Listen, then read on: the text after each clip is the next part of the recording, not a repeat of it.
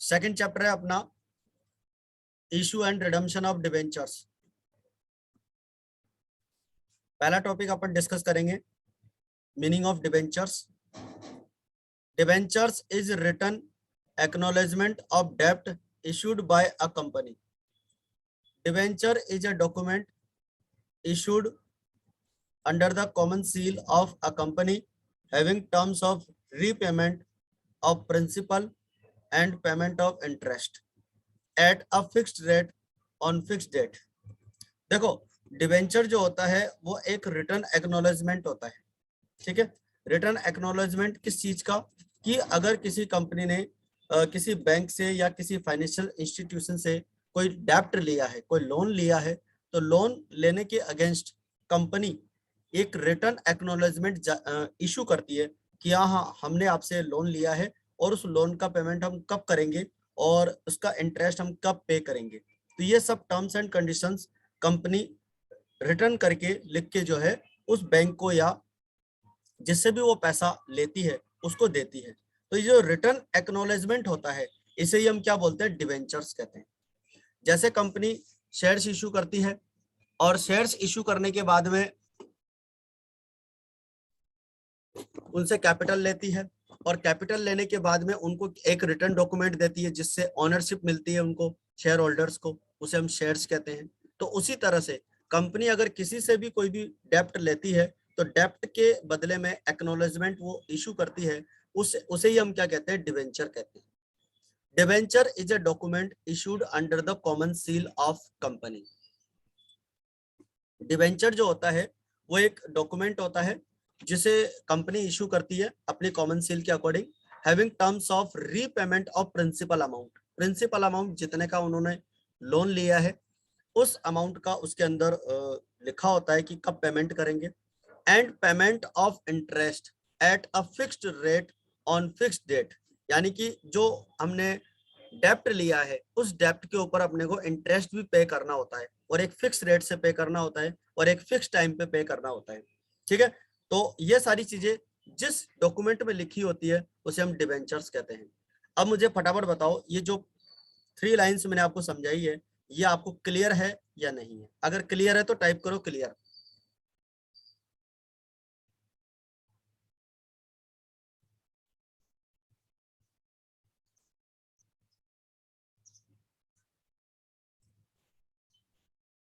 Okay,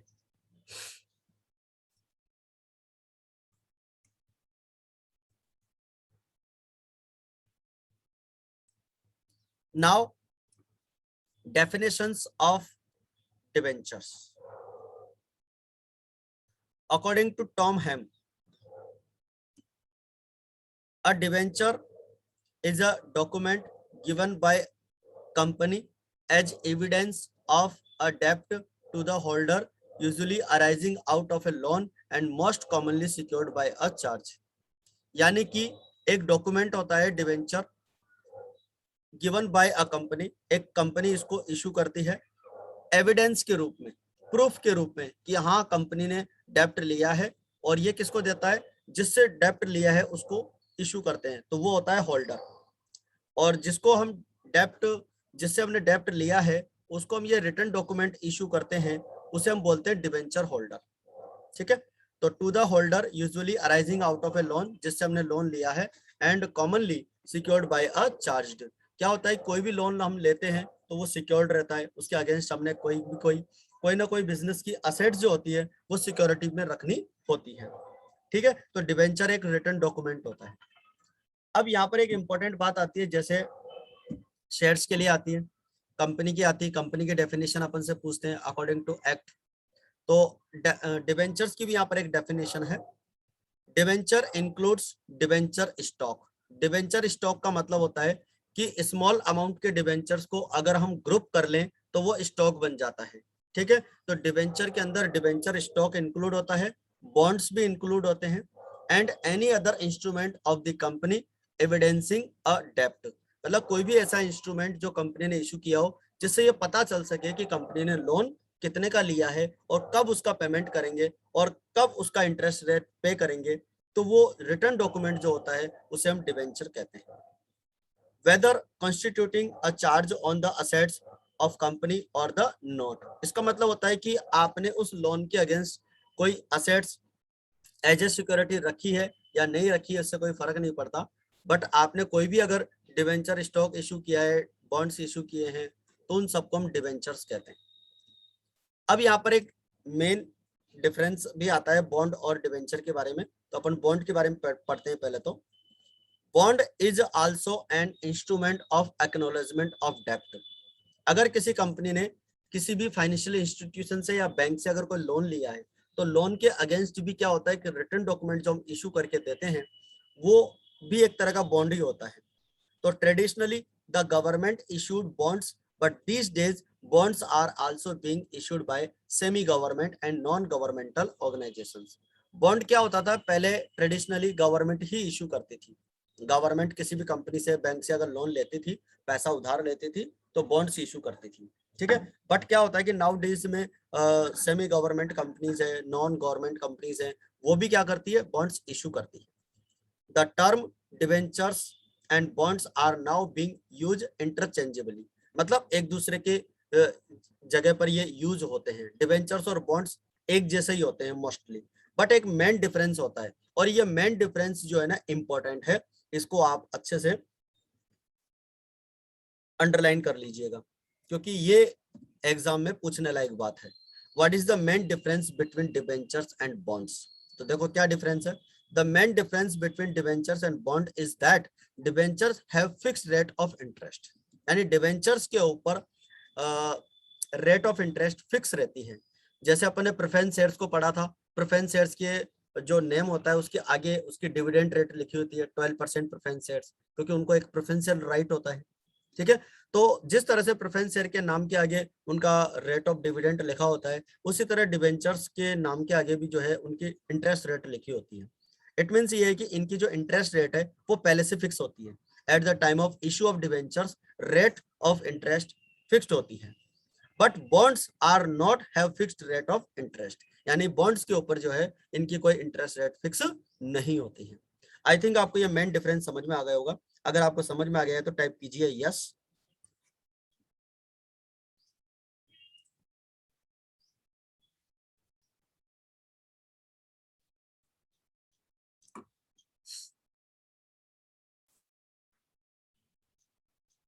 हाँ पीयूष क्या हुआ?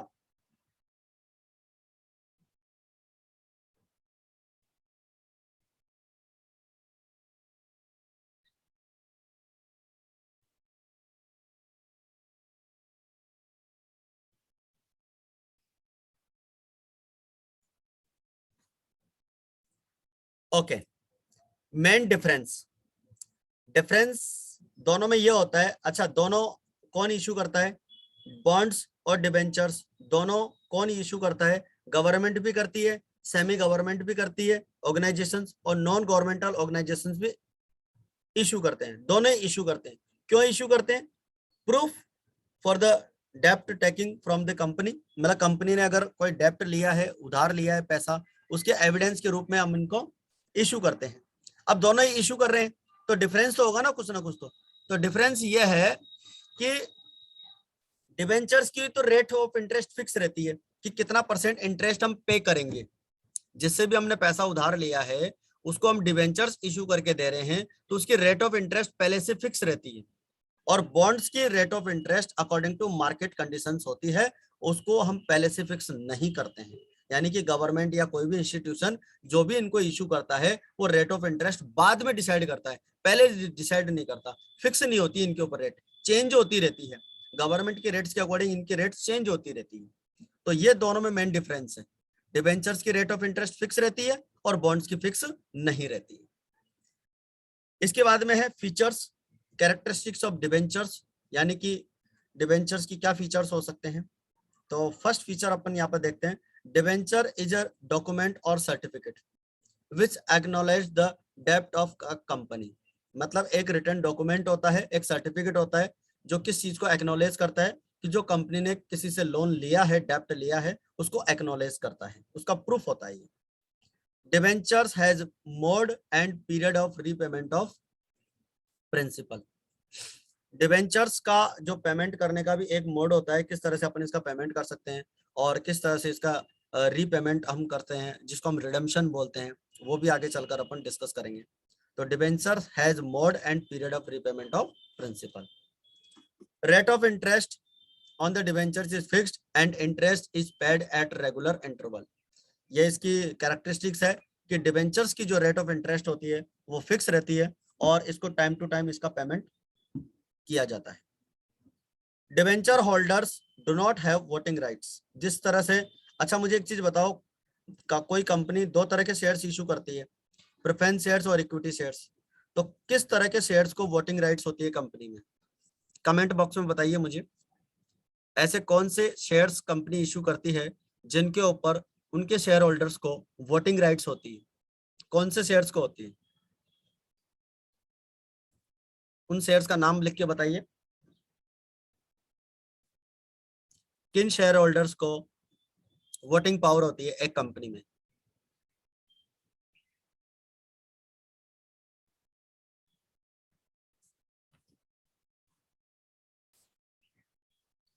यस, माहिका ने रिप्लाई दिया है इक्विटी शेयर्स। यस, शील का भी रिप्लाई आ गया equity shares. No Piyush, Piyush preference share holders नहीं होते हैं, उनको प्रेफरेंस शेयर होल्डर्स को केवल 2 प्रेफरेंशियल राइट्स होते हैं, उनको वोटिंग राइट्स नहीं होती है। एक्चुअल जो ऑनर्स होते हैं किसी भी कंपनी के, वो इक्विटी शेयर होल्डर्स होते हैं। Maximum risk and maximum reward जो सबसे ज्यादा मिलता है वो इक्विटी शेयर होल्डर्स को ही मिलता है।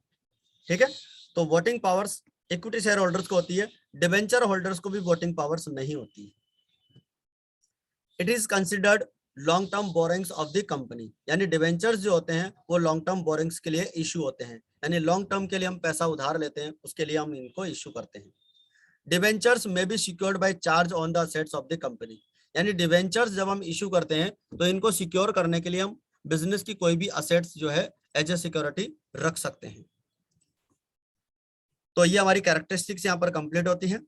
इसके बाद में distinction between shares and debentures. देखिए, डिस्टिंक्शन वाला एक क्वेश्चन एग्जाम में 101% जरूर पूछा जाता है। अपने कंप्लीट सिलेबस के अंदर जितने भी डिस्टिंक्शन वाले क्वेश्चंस हैं वो अपने को अच्छे से देखने पड़ेंगे। तो distinction between shares and debentures important topic है, इसको अपन डिस्कस करते हैं। अच्छा, डिफरेंस जो होता है वो किस तरह से पूछा जाता है और कितने मार्क्स में पूछा जाता है वो भी अपन डिस्कस कर लेते हैं। देखो, अगर डिफरेंस वाला क्वेश्चन 1 मार्क्स में अगर पूछा जाता है तो उसका रिप्लाई हम 1 लाइन के अंदर दे सकते हैं, और कोई भी पॉइंट अपन यूज कर सकते हैं 1 लाइन के अंदर अपन उसका डिफरेंस देने के लिए। आप ऑनरशिप वाला यूज कर सकते हो, रिटर्न वाला कर सकते हो, रीपेमेंट वाला कर सकते हो, या कोई भी स्मॉल सा आपको अगर याद रह जाए वो आप वहां पर बता सकते हो कि एक लाइन के अंदर आपको रिप्लाई देना है कि डिवेंचर ये होते हैं और शेयर्स ये होते हैं। ठीक है, अच्छा, लेकिन अगर आपसे 2 पॉइंट्स के आधार पर पूछ लिया, 2 मार्क्स में पूछ लिया या 4 मार्क्स में पूछ लिया, तो आपको ये टेबल बना के करना पड़ेगा, और टेबल में आपको बेसिस ऑफ डिफरेंस इस तरह से कॉलम्स वगैरह बना के करना पड़ेगा। और इंपॉर्टेंट थिंग आपको जो यहाँ पर रिमेंबर रखनी है वो ये है कि जो शेयर्स एंड डिवेंचर्स ऐसे आपसे पूछा है, distinction between shares and debentures, तो आपको पहले यहाँ पर जो कॉलम बनाना है वो शेयर्स का ही बनाना है। कई बार क्या होता है, नॉर्मल प्रैक्टिस में अपन डिवेंचर्स पहले लिख देते हैं, शेयर्स उधर लिख देते हैं, तो इसका भी थोड़ा सा इफेक्ट पड़ जाता है क्योंकि एग्जामिनर जो चेक करता है कॉपी को, फिर वो उसको थोड़ा सा, हो सकता है उसके आंसर शीट में तो बिल्कुल ऐसे ही मिलेगा शेयर्स और डिवेंचर्स। ठीक है, अगर अपन ने उल्टा लिख दिया तो वो हो सकता है उसके दिमाग से थोड़ा सा स्किप हो जाए और वो अपने आंसर को रॉन्ग कर दे। ठीक है, तो ये अपने को ध्यान रखना होता है। तो ऑनरशिप की अगर अपन बात करें, a share represents the ownership of the company, a share is a part of own capital, यानी कि जो शेयर होता है वो रिप्रेजेंट करता है किस चीज को, ऑनरशिप को। शेयर का मतलब अपने को यहाँ ऑनरशिप में उसका शेयर्स मिलता है। एक तरह से कंपनी की जो कैपिटल होती है वो कैपिटल जो है स्मॉल पार्ट्स ऑफ शेयर्स में डिवाइडेड होती है, और जो भी शेयर्स जिस भी पर्सन के पास होते हैं वो शेयर होल्डर होता है। इसका मतलब ये होता है कि कंपनी की जो ऑनरशिप है, यानी कंपनी की जो कैपिटल है, वो डिस्ट्रीब्यूटेड है शेयर होल्डर्स के अंदर। तो जिस भी पर्सन के पास किसी कंपनी के शेयर्स होते हैं उसके पास उस कंपनी की ऑनरशिप होती है। तो ये तो एक मेन शेयर्स के लिए हो गया कि ऑनरशिप होती है इनके पास में। A debenture is only acknowledgement of डेप्ट, यानी जो डिवेंचर होता है वो केवल उसके पास एक्नॉलेजमेंट होती है कि हाँ भाई कंपनी ने पैसा हमसे उधार लिया है, उस चीज का एक्नॉलेजमेंट होता है डिवेंचर होल्डर्स के पास। Whereas a debenture is a part of borrowed capital, यानी कि डिवेंचर जो होता है वो शेयर कैपिटल का पार्ट नहीं होता है, ये बोरोड कैपिटल का होता है, ये अपने को वापस पे करना होता है। ठीक है, तो ये मेन डिफरेंस है कि शेयर होल्डर्स के पास में ऑनरशिप होती है बट डिवेंचर होल्डर्स के पास में ऑनरशिप नहीं होती है। रिटर्न की अगर बात करें, the return on the shares is known as dividend. Share holders को जो भी हम रिटर्न पे करते हैं, जो भी हम उनको रिटर्न देते हैं बदले में, शेयर्स अपने उनको दिए हैं, उनका पैसा लिया है, उनके बदले में जो रिटर्न उसको देते हैं वो डिविडेंड होती है। The rate of return on shares में vary from year to year depending upon the profits of the company. Dividend की जो रेट होती है वो चेंज होती रहती है। प्रेफरेंस शेयर्स की तो फिर भी फिक्स रहती है, बट इक्विटी शेयर्स की कोई फिक्स नहीं रहती है। और ये डिविडेंड रेट जो है चेंज होती जाती है। कंपनी का प्रॉफिट अगर ज्यादा होता है तो कंपनी ज्यादा रेट से भी डिविडेंड दे सकती है, अगर कंपनी का प्रॉफिट कम होता है तो कम रेट से डिविडेंड इशू करती है। तो यहाँ पर डिविडेंड की जो रिटर्न है वो चेंज होती रहती है। The return on debentures is called interest, यानी कि डिवेंचर होल्डर्स को जो रिटर्न हम पे करते हैं वो इंटरेस्ट होता है।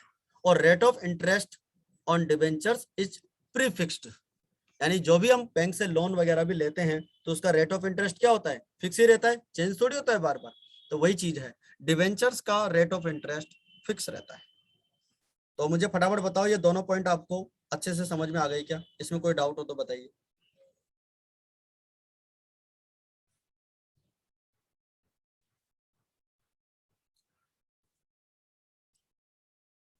Okay, now third point, repayment. Normally the amount of shares is not return during the life of the company. मतलब कंपनी जब तक चलती रहती है तब तक शेयर्स का जो रीपेमेंट है वो नहीं होता है। मतलब कंपनी जब वाइंड अप की कंडीशन में आती है या कंपनी जो है बंद होने वाली होती है तभी मोस्टली वो शेयर्स का रीपेमेंट करती है। हाँ, प्रेफरेंस शेयर्स को एक फिक्स टाइम के लिए इशू करती है तो उनका वो रिडेम्पशन जरूर कर देती है पहले। Whereas generally the debentures are issued for a specified period and repayable on the expiry of that period। हाँ, डिवेंचर्स का जो इशू होता है वो एक फिक्स पीरियड के लिए होता है। ठीक है, जैसे हम लोन लेते हैं एक फिक्स पीरियड के लिए लेते हैं, वो पीरियड जैसे ओवर होता है और उसके बाद में हम इनका क्या करना होता है, पेमेंट करना होता है। तो रीपेमेंट डिवेंचर्स का life time of the company हो जाता है। वोटिंग राइट्स की अगर बात करें तो share holders enjoys the voting rights, यानी शेयर होल्डर्स के पास में वोटिंग राइट्स होती है। और उसमें भी कौन से शेयर होल्डर्स, जो इक्विटी शेयर होल्डर्स हैं उनको वोटिंग राइट्स होती है। Whereas debenture holders don't normally enjoy any voting rights, यानी डिवेंचर होल्डर्स के पास में वोटिंग राइट्स नहीं होती है।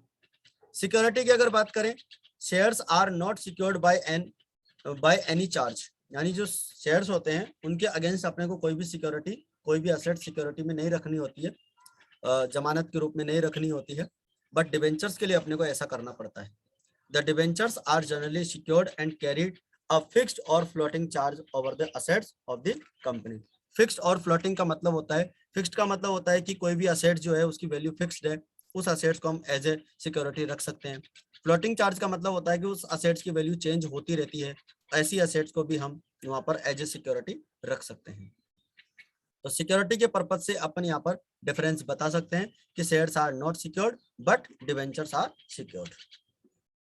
कन्वर्टेबिलिटी के बारे में अगर अपन बात करें, shares can not be converted into debentures. हाँ बिल्कुल, शेयर्स को हम डिवेंचर्स में कन्वर्ट नहीं कर सकते, बट डिवेंचर्स को हम शेयर्स के अंदर कन्वर्ट कर सकते हैं if the terms of issue so provide, and in that case these are known as convertible debentures. इसको आगे चलकर अपन डिस्कस करेंगे। डिवेंचर्स को हम शेयर्स में कन्वर्ट कर सकते हैं बट शेयर्स को हम डिवेंचर्स में कन्वर्ट नहीं कर सकते। अब देखो क्वेश्चन जो पूछा जाता है इसका डिस्टिंक्शन का, वो एक तो सिंपल क्वेश्चन आपसे पूछा जा सकता है कि गिव द टू डिफरेंस या distinctions between shares and debentures. तो आप टेबल बनाएंगे, 2 या 4 जो भी पूछे आपसे बता देंगे। 1 मार्क्स के अंदर भी आपसे कोई भी डिफरेंस ऐसे बोल दिया कि आप जो है difference give the difference between shares and debentures, ऐसे क्वेश्चन आ गया। बट एक डीपली जो क्वेश्चन आता है, अप्लाइड जो क्वेश्चन होता है, वो होता है बेसिस ऑफ डिफरेंस के अकॉर्डिंग। कैसे आएगा question, give the distinction between shares and debentures on the basis of ownership. On the basis of ownership. अब ऑनरशिप उन्होंने बता दिया तो आपको क्या करना पड़ेगा, डिफरेंस ऑनरशिप के अकॉर्डिंग बताना पड़ेगा।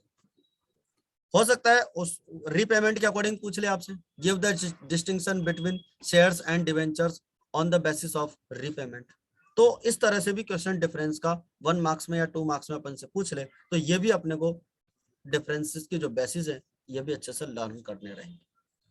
तो मैं समझता हूँ distinction between shares and debentures is clear. अगर क्लियर है तो फटाफट टाइप कर दो क्लियर।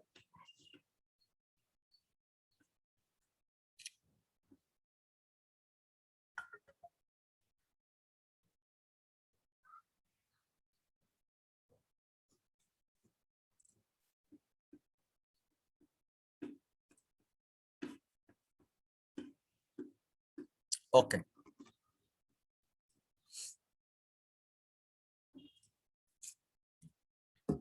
टाइप्स ऑफ डिवेंचर्स, ये वेरी इंपॉर्टेंट, मैंने इस पे इसलिए बोला है क्योंकि आपको पता है अपने 12th क्लास के अंदर ये जो चैप्टर है 20 मार्क्स का चैप्टर है, और एक क्वेश्चन जो है 101% यहाँ से आएगा टाइप्स ऑफ डिवेंचर्स पे से, इसलिए मैंने इसको वेरी इंपॉर्टेंट बोला है।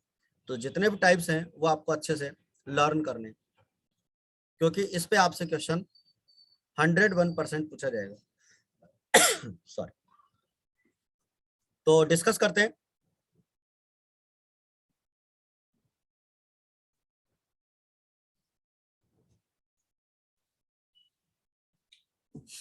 A company may issue different kinds of debentures which can be classified as under।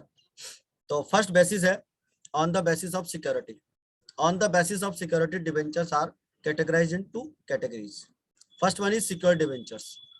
The debentures which are secured by fixed or floating charge on assets of the company are called secured debentures. अगर कोई भी debenture जो हमने issue किए हैं उसके against हमने कोई भी फिक्स्ड और फ्लोटिंग चार्ज की असेट्स अगर हमने एज ए सिक्योरिटी रखी है तो वो हमारे सिक्योर्ड डिवेंचर्स होंगे। If the company fails to repay these debentures, the lender can recover his amount by sale of these assets. ये असेट्स क्यों रखते हैं हम सिक्योरिटी में, अगर मान लीजिए कंपनी डिबेंचर्स का पेमेंट नहीं करती है, ठीक है, तो क्या होगा, जिससे भी हमने लोन लिया है या जो भी कंपनी है बैंक है वो क्या करेगी, उस असेट्स को सेल आउट करके अपने लोन का जो अमाउंट है वो रिकवर कर लेगी। तो ऐसे जो डिबेंचर्स होते हैं जिसके अगेंस्ट हम कोई असेट्स एज ए सिक्योरिटी रखते हैं वो डिबेंचर्स होते हैं secured debentures. Unsecured debentures is another category. The debentures which are not secured by any charge on the assets of the company are called unsecured debentures। यानी कि ऐसे debentures जिनके against कोई भी सिक्योरिटी एज ए चार्ज हम नहीं रखते हैं तो वो क्या होती है, अनसिक्योर्ड डिवेंचर्स होते हैं। नॉर्मली कोई भी कंपनी जो है अनसिक्योर्ड डिवेंचर्स इशू नहीं करती है। Next one is on the basis of conversion, convertible debentures, first category convertible debentures, these debentures which can be converted either in shares or in other securities after a specific period are called convertible debentures। यानी कि एक specified period के बाद अगर हम debentures को shares में या अदर सिक्योरिटीज में अगर कन्वर्ट कर सकते हैं, कन्वर्ट कैसे करते हैं वो आगे चलकर अपन प्रैक्टिकली डिस्कस करेंगे, ठीक है। तो अगर हम इनको कन्वर्ट कर सकते हैं तो वो कौन से डिवेंचर्स होंगे, कन्वर्टिबल डिवेंचर्स होते हैं। Non convertible debentures, the debentures which are not be convertible into equity shares or other securities are called non convertible debentures। Very simple है, जिनको हम कन्वर्ट कर सकते हैं वो कन्वर्टिबल होते हैं और जिनको हम कन्वर्ट नहीं कर सकते इक्विटी शेयर्स में या अदर सिक्योरिटीज में तो उसे हम क्या कहते हैं, नॉन कन्वर्टिबल डिवेंचर्स कहते हैं। वन सेकेंड, और other securities are called non-convertible debentures on the basis of interest rate। Interest rate को कूपन रेट भी बोलते हैं। डिवेंचर्स की जो इंटरेस्ट रेट होती है उसे हम कूपन रेट बोलते हैं। Specific coupon rate debentures, the debentures on which rate of interest is fixed and specified at time of issue, this interest rate is also called coupon rate. यानी कि जिन debentures के ऊपर इंटरेस्ट रेट फिक्स होती है उन्हें हम बोलते हैं specific coupon rate debentures.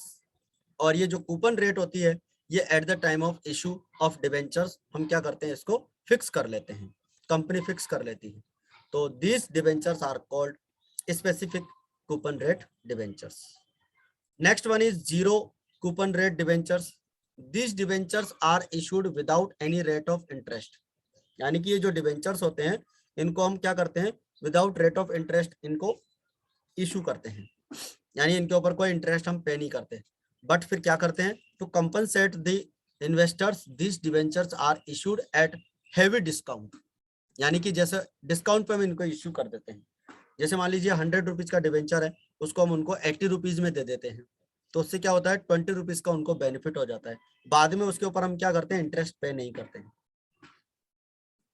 The difference between nominal value and issue price of debentures is called total interest for the period of debentures।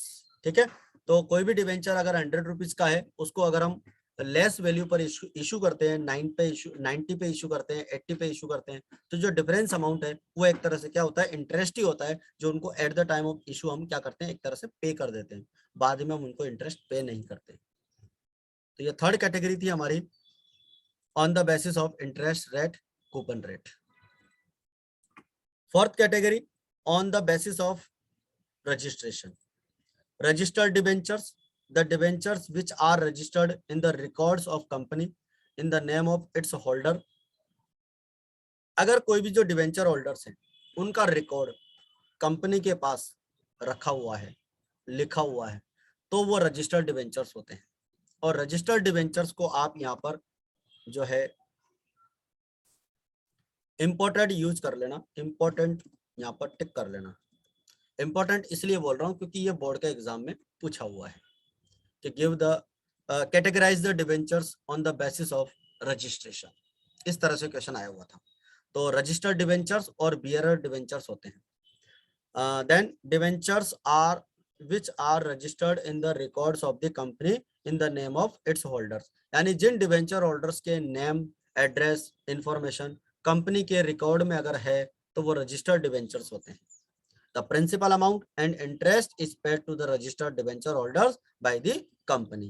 यानी कंपनी अगर कोई भी इंटरेस्ट पे करती है, प्रिंसिपल अमाउंट पे करती है, तो वो रजिस्टर्ड डिवेंचर होल्डर्स को पहले पे करती है। इसके बाद में आता है बियरर।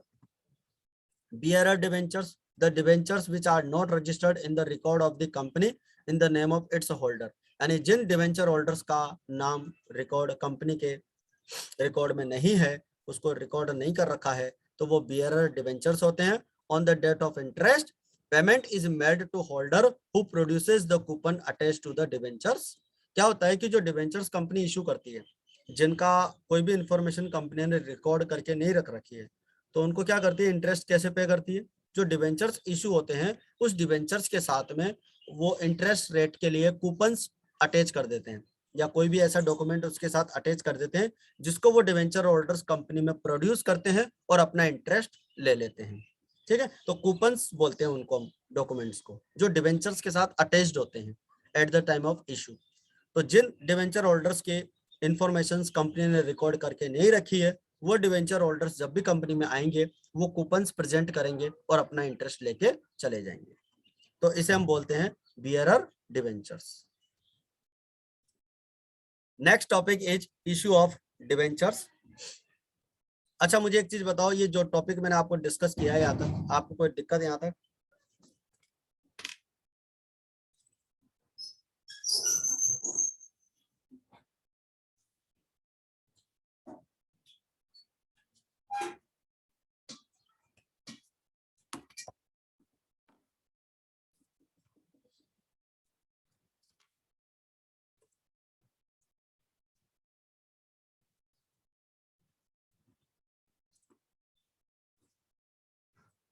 ओके, अब मैं डिवेंचर्स की आपको एंट्री समझा देता हूँ। क्वेश्चन में इसके प्रैक्टिकल कल से स्टार्ट करूंगा। तो ये जो मटेरियल है आपने इशू ऑफ डिवेंचर्स वाला, ये अगर नोट डाउन नहीं किया हो तो इसको भी आप नोट डाउन कर लेना आज। ठीक है, इसके इलस्ट्रेशन मैं कल स्टार्ट करवाऊंगा। तो इशू ऑफ डिवेंचर्स हम कैसे करते हैं, तो जो फर्स्ट कॉज होता है हमारा डिवेंचर्स को इशू करने का, वो होता है for cash, issue of debentures for cash. The journal entries recorded for debentures issued are as under। If the whole amount is received in one instalment, debentures का कंप्लीट अमाउंट इंस्टॉलमेंट एक ही बार में अगर आ जाता है, वन इंस्टॉलमेंट में अगर पैसा आता है, तो हम यहाँ पर एंट्रीज किस तरह से करते हैं, देखो बिल्कुल शेयर्स की तरह ही है। अगर शेयर्स वाला कॉन्सेप्ट अपन ने समझा हुआ है तो यहाँ अपने को बिल्कुल भी दिक्कत नहीं आएगी। अच्छा, डिवेंचर्स यहाँ जो इशू होते हैं एट पार होते हैं, एट प्रीमियम होते हैं और एट डिस्काउंट भी होते हैं। तो सबसे पहले मैं आपको यहाँ पर बताता हूँ एट पार।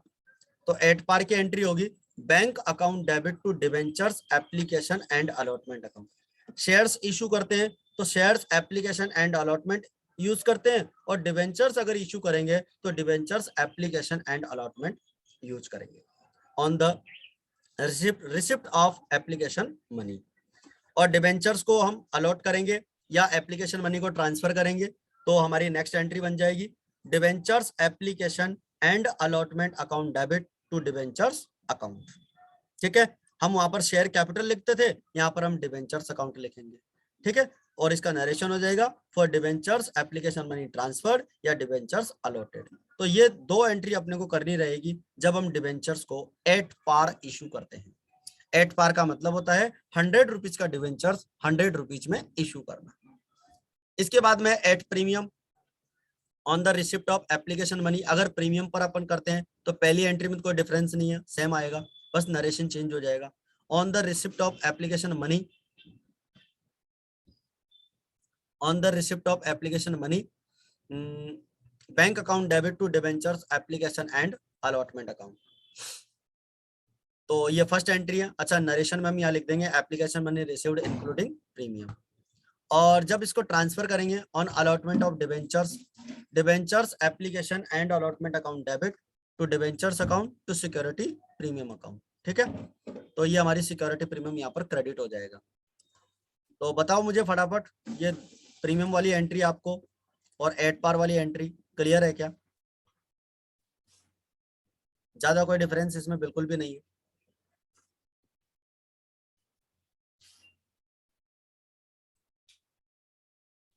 ओके, तो प्रीमियम की हमारी एंट्री हो गई है on the receipt of application money bank account debit to debentures application and allotment account, और debentures application and allotment account debit to debentures account to security premium account.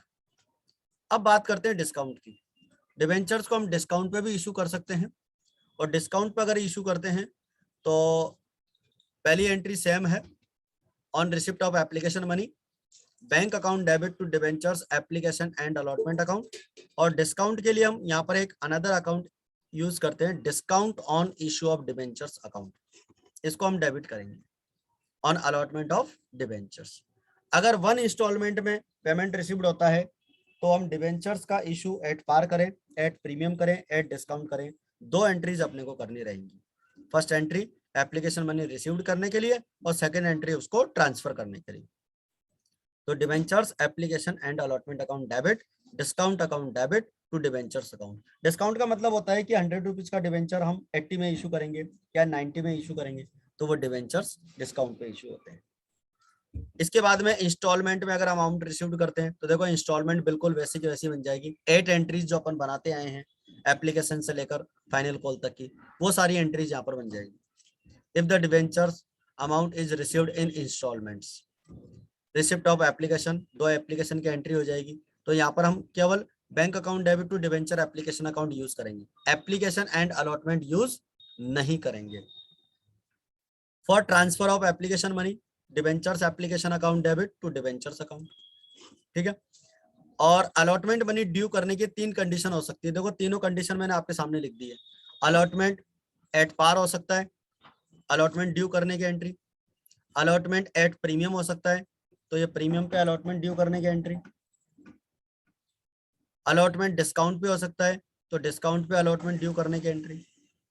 On receipt of allotment money, तो allotment money received करने की entry हो जाती है। First call की entry on making of the first call debentures first call account debit to debentures account, और received करने की entry on the receipt of first call bank account debit to debentures first call account. और similarly second call की entry भी इसी तरह से बन जाएगी, debenture second and final call account debit to debentures account और bank account debit to debenture second and final call account. तो आई थिंक जर्नल एंट्रीज आपको क्लियर हो गई होगी, और आप इनको अच्छे से एक बार नोट डाउन कर लेना, और कल अपन इसके प्रैक्टिकल क्वेश्चंस स्टार्ट करेंगे। तो आज की क्लास अपन यहीं ऑफ करते हैं, बाकी मिलते हैं अपन नेक्स्ट क्लास में।